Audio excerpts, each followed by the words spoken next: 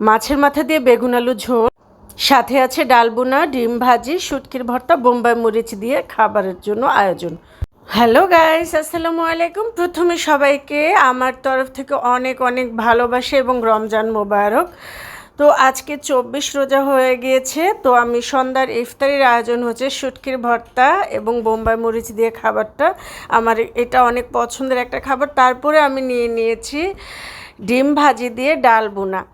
এটা তো সারাদিন পরে ভাত খাওয়াটা আসলেই অনেক মজার এবং শরীরও ভালো থাকে। তো এই জন্য আমি এখন আর চনা মুড়ি খাওয়া হয় না, তাই সাদা ভাত দিয়ে ইফতার করতে ভালো লাগে।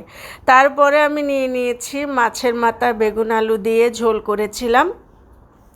তো এই পছন্দের খাবারটা দিয়েও ইফতার করলাম। তো আজকে খাবারের আইটেম ছিল ডাল ভুনা, ডিম ভাজি আর বেগুন আলু দিয়ে আমি মাছ রান্না করেছিলাম। তো মাথাটা আমার পছন্দের ছিল, তাই মাথাটাই আমি খাচ্ছি। তো সারাদিন পর আপনার চনা মুড়ি দিয়ে আসলে ভালো লাগে না, গ্যাসের সমস্যা হয়। সেই জন্য আমি চনা মুড়ি খাওয়া অফ করে দিয়েছি, বলতে মাঝে মাঝে খাওয়া হয়, না খেলেই নয়। সেজন্য আজকে সন্ধ্যায় আমার ইফতার হচ্ছে ভাত, আমি সাদা ভাত রান্না করেছিলাম। তো আজ এ পর্যন্তই, সবাই ভালো থাকবেন, আল্লাহ হাফেজ।